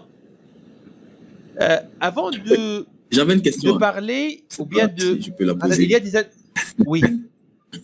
Oui. Bon, en fait, j'ai été confronté à un petit problème sur un chantier où les gens en fait ont conçu la charpente sans prévoir au départ mettre du badage sur le pignon. J'en suis un des pignons quoi, sur la face arrière. Parce qu'au départ, il s'était dit, il y a une clôture qu'on allait rehausser pour pouvoir fermer complètement l'arrière. Mais pendant le déroulement du projet, ils se sont rendus compte que bon, la clôture ne pouvait pas être rehaussée. Il va falloir trouver un autre moyen de fermer. Du coup, c'était le badage en fait qu'il fallait faire. Mais ils n'avaient pas prévu de poteler. Voilà, donc, les fondations avaient déjà été faites et tout, mais il n'y avait pas eu de fondation de poteler. Du coup, la question qu'on s'est posée, c'est est-ce qu'il est possible, comme les potelets, c'est juste en fait pour reprendre les charges, les charges devant. On s'est demandé si on pouvait, c'est-à-dire faire le dallage et cheviller en fait les potelets dans le dallage. Est-ce que ça pourrait être acceptable? Heureusement, oui, parce que, comme je vous ai dit, donc, le problème en construction métallique, c'est que il y a une action du vent qui s'applique sur le bâtiment, et donc les éléments verticaux, ils sont sollicités par une charge horizontale. Et donc, si je vais considérer un encastrement en bas du poteau, donc vous allez avoir une semelle qui va supporter par la suite un effort normal, descendant, et aussi un moment d'encastrement. C'est pour cette raison, pour les bâtiments industriels, ou bien pour les charpentes métalliques, on trouve des semelles de grande dimension pour qu'ils puissent supporter le moment d'encastrement. Dans le cas où vous avez un poteau, ou bien les potelets, poteaux articulés, on peut trouver aussi des poteaux articulés. Comme on peut trouver, ou bien toujours les potelets sont des profilés articulés en bas. Puisque c'est articulé, donc ils vont supporter uniquement des charges normales à la fondation, des charges descendantes uniquement, et des faibles semelles vont être considérées pour les potelets. Et donc, si vous avez un dallage, ou bien un dallage de 12 cm par exemple, ou bien 15 cm en béton armé, c'est largement suffisant pour stabiliser ou bien pour supporter le potelet. Dans le cas du poteau, impossible, parce que surtout pour les poteaux encastrés, il y a un moment qui est très important, et donc un dallage il est insuffisant. Pour les potelets, oui, vous pouvez juste ancrer les potelets sur le dallage, puisque la liaison à considérer avec 2 boulons uniquement, et c'est une articulation. Ok, même si on va dimensionner une semelle, on va trouver une. Bon, ça dépend réellement, ça dépend de dimension du bâtiment, la hauteur des potelets, mais généralement, une chape ou bien une dallage, un radier en béton armé est largement suffisant pour supporter le potelet, parce que comme je vous ai dit, la liaison il est articulée et l'effort transmis par le potelet n'est pas assez important, et je vais vous expliquer pourquoi. Super. D'abord, avant de parler des potelets, d'abord toujours un rappel RDM il est nécessaire. Ok. Donc, ici, il faut connaître que les profilés utilisés, tels que, par exemple, les IPE, okay, peu n'importe, les profilés doublement symétriques de façon générale, ils sont caractérisés par une forte inertie par rapport à Y et une faible inertie par rapport à Z. Regardez, par exemple, puisqu'on a utilisé IPE 220, regardez l'inertie par rapport à Y égale 2772 cm3, 4, et l'inertie par rapport à Z égale 200. Pratiquement 10 fois. Donc, ces barres-là, les profilés en I, en H, en U, sont des profilés caractérisés par une forte inertie par rapport à Y et une faible inertie par rapport à Z. Bon, pour l'IPE, la différence elle est très remarquable entre l'inertie par rapport à Y et l'inertie par rapport à Z. Pour les profilés en H, regardez par exemple, pour les profilés en H, toujours est remarquable, toujours est l'inertie par rapport à Y elle est plus importante que le Z, mais 3 fois, bien 4 fois, c'est pas 10 fois. Ok? Donc, c'est vrai que pour le H, l'inertie par rapport à Y elle est toujours la plus importante, mais par rapport à Z, quand même, c'est une inertie considérable. Par contre, pour les profilés en I, pour toute la famille en I, hein, la plus utilisée, c'est l'IPE, mais il y a d'autres. Pour ces profilés-là, l'inertie par rapport à Y, elle est beaucoup plus importante que l'inertie par rapport à Z. Donc, là, du point de vue conception, c'est pour cette raison, on utilise les I si vous avez des barres qui sont soumises uniquement à un moment fléchissant. C'est-à-dire soumises à la flexion. Si la barre elle est soumise à la flexion déviée, c'est-à-dire la flexion biaxiale, vous avez 2 moments, MY et MZ. L'utilisation de IPE reste toujours possible uniquement dans le cas où le moment par rapport à Z il est faible, comme les pannes par exemple ou les potelets. Ok. Donc là, pour qu'on soit d'accord, si on parle des profilés doublement symétriques, il faut considérer, on soit d'accord dès maintenant que ce sont des structures de forte inertie par rapport à Y et de faible inertie par rapport à Z. Pourquoi j'ai dit ça? Tout simplement parce que si vous avez un élément qui est soumis à un moment fléchissant, on doit avoir un moment par rapport à Y. Puisque l'inertie forte, c'est l'inertie par rapport à Y. Ben, donc, là, on parle des profilés avec une forte inertie par rapport à Y et une faible inertie par rapport à Z. Ben, et j'ai parlé au début, lorsque je vous ai présenté l'interface travail du robot, j'ai dit que vous avez un repère global et vous avez les repères locaux de chaque barre. Donc, en cliquant ici sur le repère locaux, le robot, il va afficher les repères locaux des différentes barres. Je vais juste afficher le 3D pour bien expliquer cette étape. Regardez le Z, c'est l'axe parallèle à l'âme. Y, c'est l'axe perpendiculaire à l'âme. Et toujours le X, c'est l'axe de la poutre, bien de la barre. B. Et kiff, c'est la même notation, bien le même repère, utilisé même dans les catalogues du profilé. Z, c'est toujours l'axe parallèle à l'âme. Et Y, c'est l'axe perpendiculaire à l'âme. Okay, regardez par exemple ici. Si je vais vous présenter les repères. Regardez. Z, c'est toujours l'axe parallèle à l'âme. Et Y, c'est l'axe perpendiculaire à l'âme. Donc, bien sûr, robot, elle va proposer une orientation. Regardez l'orientation du poteau. Et il va garder la même orientation pour le poteau.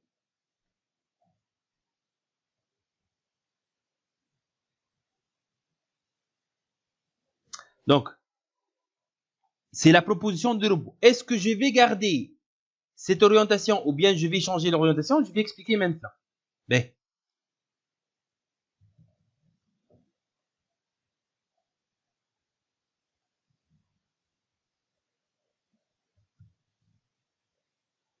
Ben, regardez. Robot, qu'est-ce qu'elle a choisi? Voici l'orientation du poteau et voici l'orientation du potelet. Et de même pour la partie symétrique. Ben, donc, voici l'axe Z et voici l'axe Y en se basant sur le repère local. Et comme je vous ai dit, on va garder toujours la même chose.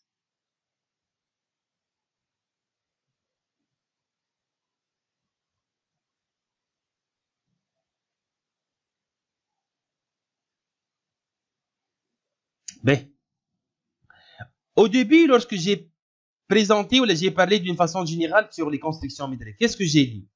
J'ai dit qu'une construction métallique, vous avez ici deux faces, face pignon et la face lampant.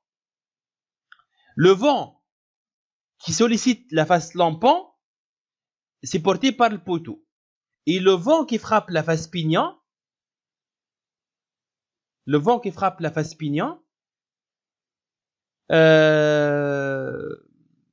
c'est porté par les éléments de contreventement. À travers quoi? À travers les potelets. Donc, si je reviens ici, donc, les potelets, ils sont soumis à cette action-là, et le poteau, il est soumis à cette action-là. Je vais noter ça 1 et 2. B. Donc, l'action du vent W1, elle est appliquée sur le poteau et selon l'axe Z. Dans l'RDM, si la charge est appliquée selon Z, elle va engendrer un moment par rapport à l'axe perpendiculaire à Z. Donc, le W1, elle va engendrer un moment MY. Et déjà, ces profilés-là, ils sont caractérisés par une forte inertie par rapport à Y. Donc, c'est le bon choix comme orientation pour les poteaux. Déjà proposé par robot. C'est très bien. Par contre, si je vais regarder les potelets, ils vont supporter l'action du vent qui frappe la face pignon. Donc, la charge, elle est appliquée selon l'axe Y. Et qu'est-ce qu'elle va engendrer? Elle va engendrer un MZ. Donc, on doit changer la disposition de la section pour les potelets. C'est pour cette raison, là, ici, on doit faire tourner le potelet d'un angle de 90 pour qu'il puisse être sollicité par rapport à l'axe de forte inertie. C'est ça.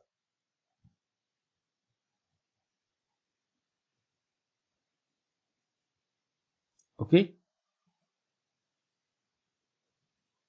Juste une petite question, Blé. Si Fahmi ساعة قصير الميكرو خاطر ثم شوية يحس.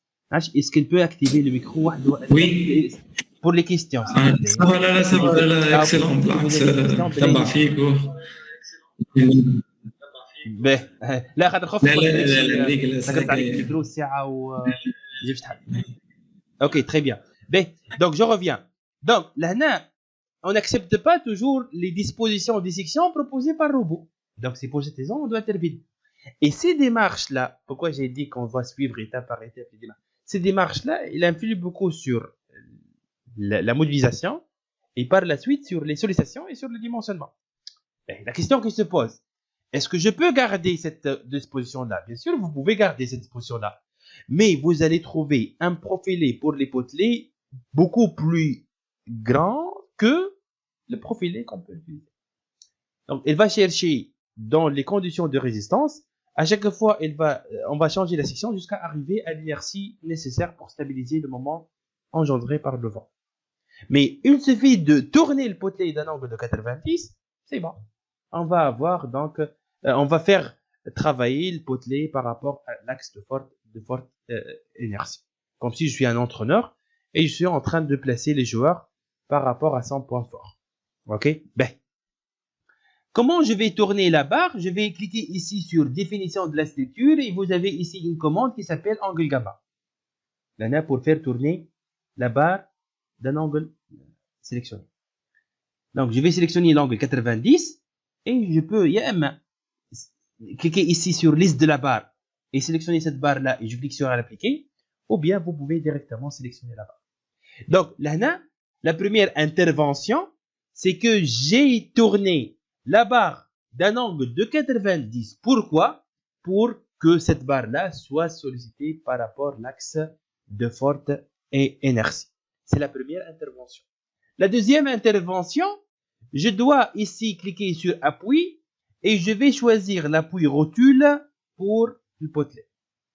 Et poteau, elle est encastrée. Je clique sur le nœud. Ok? Est-ce qu'on a terminé? Non. Je suis en train de travailler sur la moitié et je vais effectuer par la suite une copie par miroir. Qu'est-ce que j'ai dit ici? J'ai dit que les potelets sans rôle,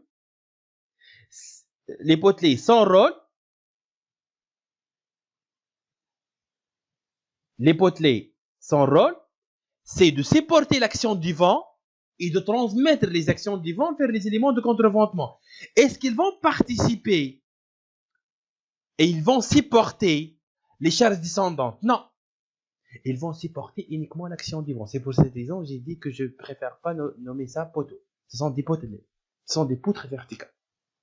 Comme si je vais renverser le bâtiment pour avoir une poutre qui va supporter le partage. Donc, ici, j'ai dit que on va négliger que ces éléments-là supportent les charges descendantes. Très bien. D'abord, pourquoi? Pourquoi? Pourquoi? Parce que ces éléments-là sont plus longs que le poteau, de hauteur très importante. Et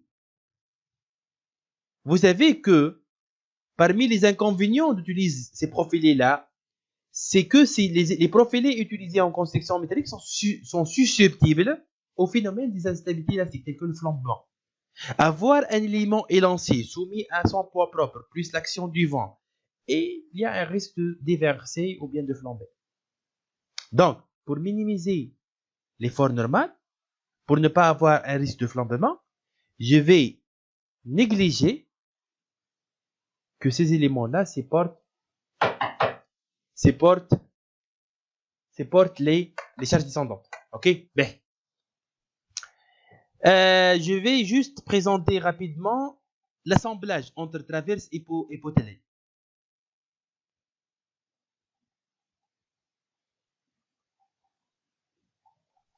Où je peux trouver ça?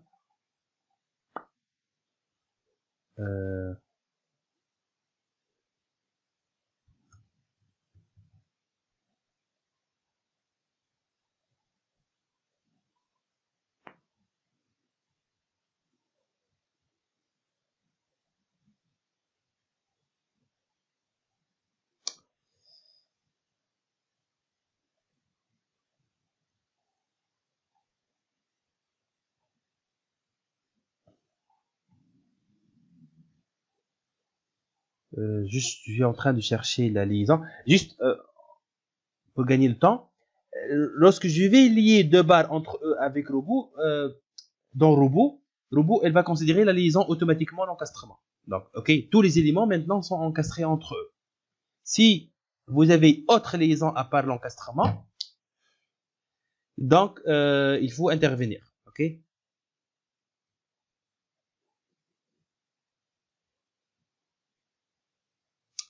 Bon, j'ai oublié où j'ai mis le. J'ai un problème dans le fichier dans l'application qui lit le PDF. Il est très lourd. Ok. Où je peux trouver ça? En bas. Oh oui, c'est. Ok. Maintenant, normalement. Oui. Regardez ici. Regardez la liaison entre traverse et potelet. Bon, on va utiliser par exemple une tore métallique de forme en L, encastrée au niveau de traverse, mais au niveau des potelets, on va utiliser les trous obliques. On va utiliser trous obliques. Donc, trou oblique, c'est-à-dire quoi? C'est-à-dire que le diamètre de la trou, elle est plus importante que le diamètre de la barre. De volant plutôt. Donc, dans ce cas-là, lorsqu'il y a une charge verticale appliquée, il y a un déplacement qui est autorisé. Donc, la réaction égale à 0. Donc, la charge verticale ne sera pas transmise vers le potelet. Mais, puisque dans robot, il considère par défaut que la liaison entre deux barres, c'est un encastrement. Je vais juste désactiver le croquis déprofilé. La liaison au niveau du nœud 5, c'est un encastrement. Ok? Donc, pour modifier une liaison, il y a une commande ici qui s'appelle relâchement.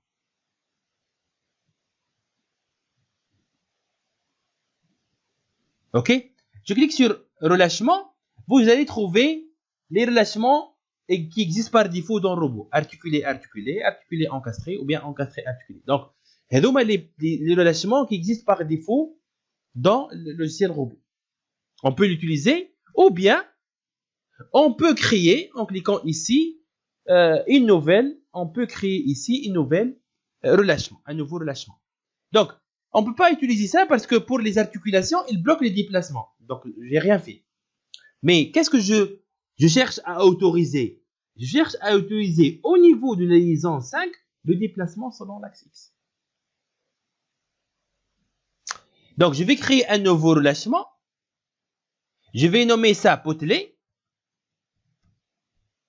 Formation robot. OK. Au niveau de l'origine, je ne vais rien toucher ici. Sinon, elle va afficher des avertissements robot. Et au niveau de l'extrémité, je vais autoriser le déplacement X. Et cette liaison-là, elle autorise aussi la rotation autour de Y. J'ajoute. Le relâchement a été ajouté. Et je clique sur Chamaltana. Origine, j'ai rien touché, j'ai rien autorisé. Et au niveau de l'extrémité, j'ai autorisé X et RY. C'est pour la modélisation en 2D. Lorsqu'on va générer le modèle en 3D, je vais expliquer qu'est-ce qu'on doit modifier au niveau de cette relation-là, le relâchement. Je clique sur l'origine. Qu'est-ce qu'il va faire? Il va relâcher la liaison supérieure. Donc, pour les potelets, 4 informations très importantes. La première, on utilise généralement les pieux. Deuxième information, les potelets sont toujours articulés en bas. Troisième information, on doit tourner la barre de l'angle de 90. Et quatrième remarque, c'est que au niveau de la liaison traverse potelet, on doit relâcher la liaison parce que le robot elle considère l'encastrement. Et avec l'encastrement, les charges verticales générées par la toiture, elle sera transmise vers les potelets. Élément élancé avec un effort normal important, je vais avoir une très grande section puisque je vais chercher à avoir une section stable vis-à-vis le flanc de bas. Ok? Donc, des remarques qui sont très très importantes. à considérer lorsque vous allez modéliser un bâtiment industriel en charpente métallique. Et heureusement, pour les potelets, on doit effectuer ces 4 démarches-là. Toujours comme ça, vous allez garantir que votre modèle, il va travailler d'une façon correcte. OK? Donc, bien sûr, après avoir donc modélisé cette structure-là, il suffit de sélectionner la moitié. OK? Si c'est symétrique, hein, pour le cas symétrique. Cliquez sur Édition, Transformer par miroir vertical. Et on clique sur le nœud 3. On va créer donc notre portique de stabilité pour un modèle en 2D. OK? Bien sûr, qu'est-ce qu'on va faire nous dans cette formation-là? On va modéliser la structure en 2D. On va parler de comment on applique les charges, ainsi de suite. Et on va générer le modèle 3D. Comme ça, vous allez maîtriser les deux démarches parce que, comme je vous dis parfois, pour un bâtiment standard, classique, et d'espacement régulier entre les portiques, chargement régulier uniforme, il suffit de modéliser le portique intermédiaire, le plus resté en 2D, c'est largement suffisant. Okay? C'est tout pour cette séance-là. J'espère que c'était bien passé. Inch'Allah, on va continuer la prochaine fois. On va continuer de travailler sur le modèle en 2D. Puis, je vais vous montrer comment on peut modéliser une structure en 3D. Et je vais parler de différentes démarches. Il n'y a pas une seule méthode. Ok, super, super. Okay. Chef formateur, oui, j'aimerais savoir le support PowerPoint que vous utilisez. Est-ce que vous allez nous le partager? Donc, Classroom, normalement, le centre, elle va vous partager. Je ne sais pas est-ce que c'est fait ou non. Elle va vous partager, normalement c'est fait. Elle va vous partager un lien Classroom. Ah oui, là oui, où vous allez Classroom, okay, tous les documents. Pour l'enregistrement, oui, pour l'enregistrement, demain, Inch'Allah, je vais envoyer l'enregistrement. Ok, super, super, super. Vous envoyer ça. Je vous remercie. Okay, merci, et à la merci. prochaine, Inch'Allah.